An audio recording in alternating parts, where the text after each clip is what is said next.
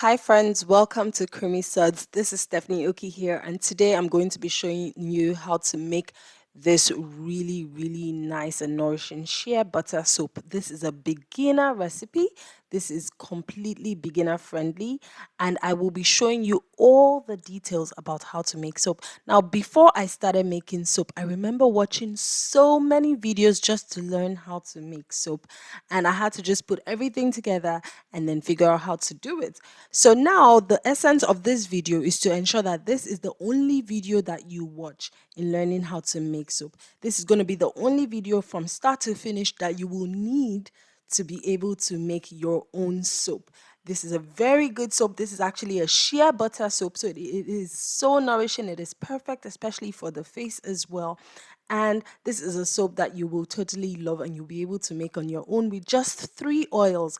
I will be giving you a recipe and I'll be showing you as well just how to calculate your own recipe in case you wanted to make your own soap and just add anything to your own soaps in the future. So stick with me to the end and watch just how this is done, and I will be showing you all the good stuff about soap making. Let's get started. So what you see here is my soap recipe. I use soapcalc.net. I'll be making a 1 pound batch of soap. My water concentration is 23.65%. My super fat is 4%. My lye concentration is 37%. I like to stay around 35 to 40%, to be honest, for most of my soaps, but you can use any percentage that you like. Just do not go above 50. I don't even think it's going to let you. I've never tried, but do not go above 50. So the highest you can go is 50-50, because you do need 50% water to dissolve 50% of your lye. Okay, that's your sodium hydroxide. And so I stay at 37%, which gives my water, about 63% to melt that, to dissolve that lye. Now my water to lye ratio there is 1.7 to 1. Okay? Then there are other things on the right side at the top there, the saturated versus unsaturated fat ratio, the iodine, the INS, the fragrance ratio, and the fragrance weight. That's all those things are calculated for you. You don't need to worry about them. Okay. So when calculating your soap recipe, you have to bear in mind that you can use just about any oil, but every oil that you use in soap has its own property. Now, I've used just 3 oils here. Honestly, you can even use one oil for your soap and it will still turn into a soap. However, I want to achieve 3 things for this soap. I want my soap to lather well and nicely. I also want my soap to be hard, okay? I want it to be hard. I don't want it to be too soft, melting away. And I also want my soap to be conditioning to my skin. I don't want it to be too drying. I want it to feel nice when I use it. Now, each of the oils here have those properties. Coconut oil is that oil you use when you want your soap to lather. Okay, when you want your soap to really have a nice lather, coconut oil is the oil for that. However, what comes with lathering is drying. Okay, so coconut oil can be a little bit drying, so you want to stay somewhere under 30% when using coconut oil. Now, the next oil on here is olive oil. Olive oil is the best oil. It is actually one of the first oils that was used in soap making. And in fact, the Castile soap, which is honestly just the original soap, really, is made with 100% olive oil. It is super conditioning. And if you check on my website, I actually have them for sale on there. That's one of the best type of soaps you can use. So olive oil gives that conditioning property, right? And so I use olive oil here at 40% because I want this soap to have a really nice conditioning feel to it. Then shea butter. Shea butter comes with that hardness, okay? There's all sorts of acids, like the fatty acids I can talk about, but I'm not going to go into that because this is really a beginner friendly recipe and we don't need to be going into oleic acid, linoleic acid, and things like that. So let's just stick to the basics. So shea butter will give your soap that hardness that it needs and can also give some mild conditioning properties as well. and can also give some lather. The truth is, sorry, all of these oils can give lather. The only thing is they will give lather at different ratios. So the olive oil will not give very much lather. The shea butter will give some lather, but again, not very much. And the coconut oil will give quite a rich lather. Other oils that give good lather are castor oil. Castor oil has a rich, stable lather, but we're not going into that because we don't have that in this recipe. So I will go on to the next steps of the video now. But before I do, let me actually go on to talk about the quantities. So you can see here on the soapcalc.net website, um, I couldn't show just how to use that website, but if you go there, it's pretty self explanatory if you look through. And there's some videos on the internet that actually show. But the goal of this video is for you to be able to make your own soap off of this video. So you can actually just use the recipe that you see on here. Okay, as far as the quantities, you can see here that we have the measurements in pounds, in ounces, and in grams. Now, pounds is the biggest measuring unit, ounces is sort of medium, and grams is the smallest measuring unit. I like to go with the smallest measuring units because if you go over with your measurements, you're unlikely to go over by a high amount than if you use the ounces, for example, or even the pounds. Okay. And so it's always good to measure in grams.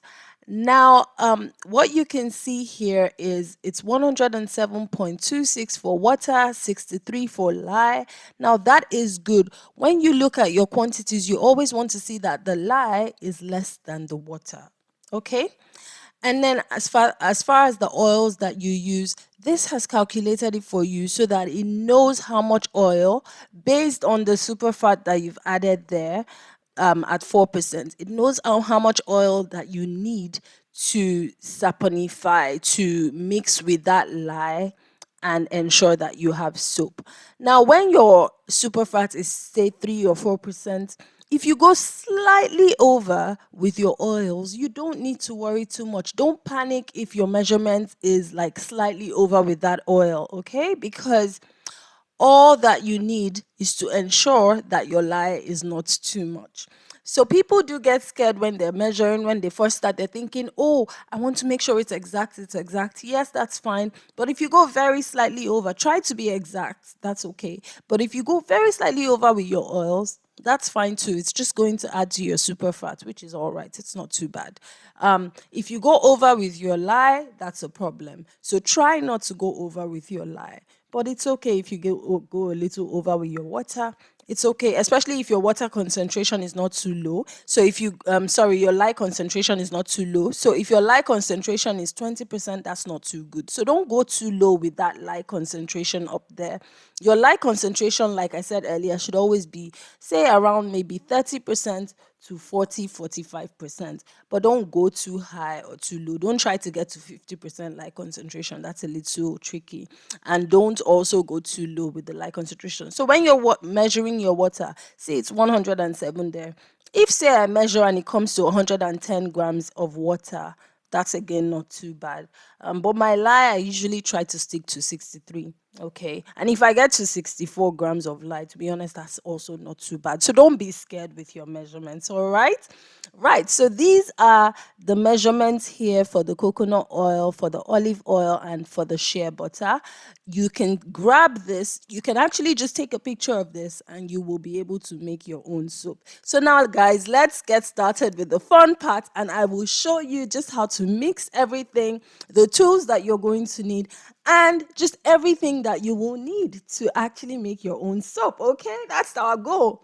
After watching this video, you make your own soap. You're going to come down, leave a comment below, and let me know I just made my first soap. That's the goal for this video, right? Okay, so now let's get started with the tools that we need.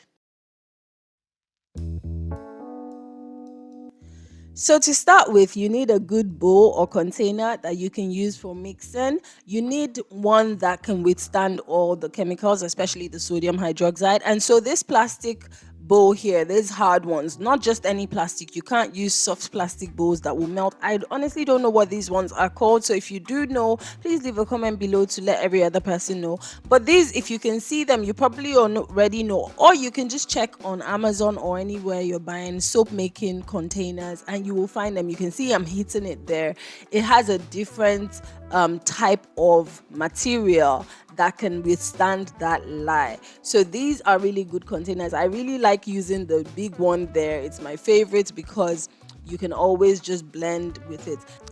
So the next thing we'll be needing is a stick blender. Okay, a stick blender is good because it helps to fast track that process. If you can use your hand when making, you can just stir, but that's going to take you a long time. So trust me, this stick blender is needed. It goes into your bowl, it can go up and down, it can go in different directions, and so it's just very versatile, and it's one of the best tools in soap making.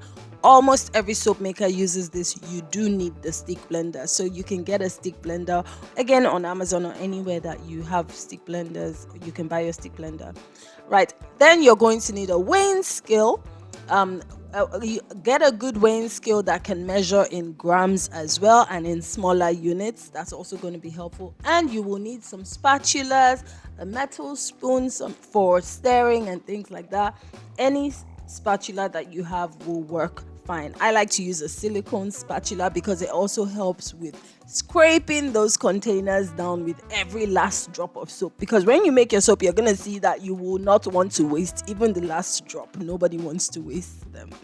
Then you're going to need a soap mold. I am showing you guys this one because with this you're not going to need to cut your soap. This is perfect for beginners. It is very cheap on Amazon. It's like $10 to $15 on Amazon. So go on Amazon and look for a soap mold. These ones are called column molds.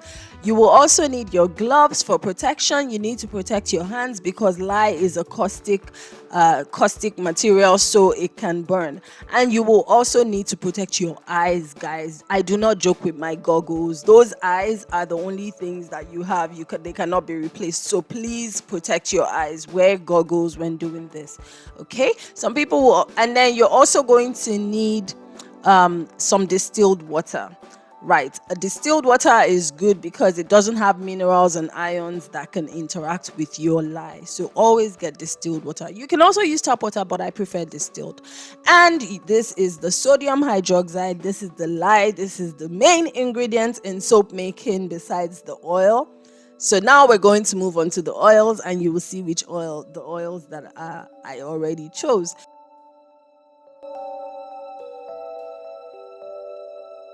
So here is my shea butter.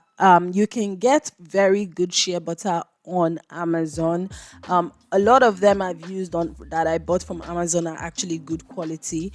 This is coconut oil. I just buy this from Sam's Club, but you can buy yours from Walmart, Kroger, wherever you can get coconut oil. Do not get fractionated coconut oil. Get that one, 76 degrees. And this is olive oil as well. So those are my 3 oils. And let's get right on to it.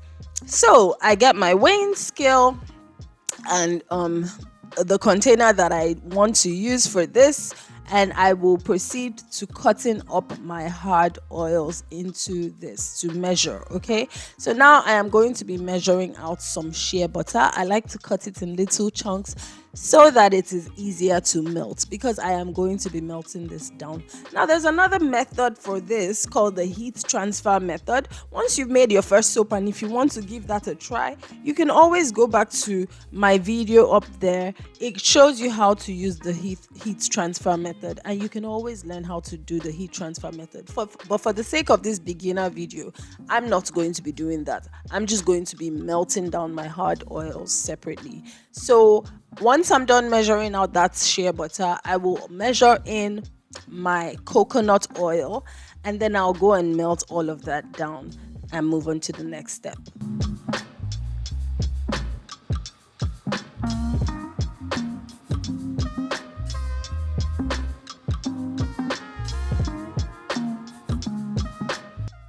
And here I'm just measuring in that coconut oil.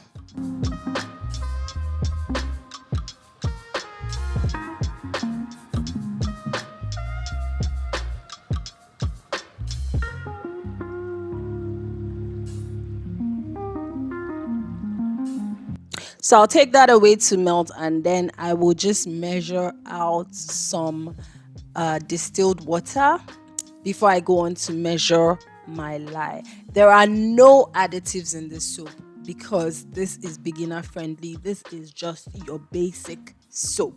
But this is a shea butter soap again, so this is an excellent soap. So you don't need any additives, to be honest. This is a great soap.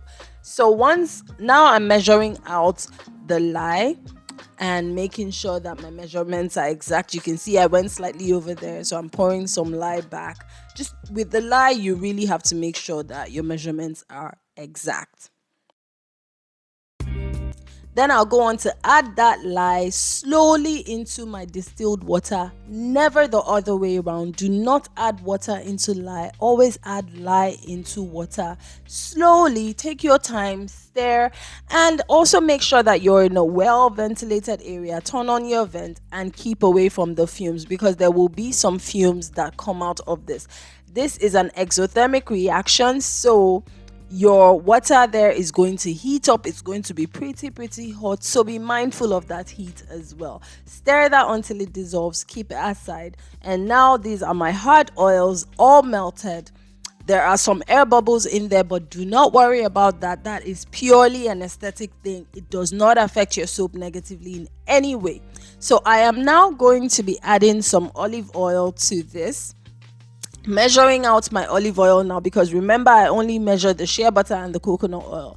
So once I'm done measuring that olive oil, I will show you guys the actual saponification step, which is mixing lye and oils. Okay, so that water, mixing that lye water, because now I have mixed the lye in the water, so it's now a lye water solution. I'm gonna mix that with the oil, and I will stick blend until it emulsifies, and I will show you what an emulsification looks like.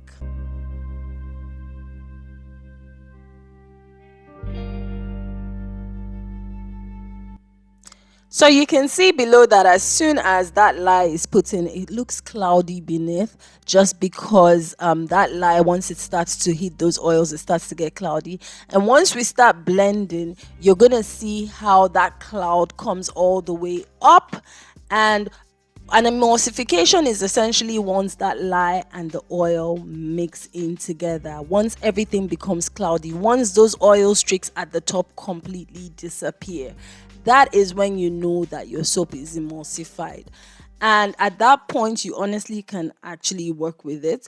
But we like to blend further until it gets to a trace. Now, a trace is that consistency that's a bit creamy, and you're going to see that. But this is what the emulsification is like. You can see it has turned completely cloudy. There's no more oil streaks. Then I will now proceed at this point, blend a little, but you can see now it's a little thicker. And at this point is when you can proceed with pouring it into your soap mold.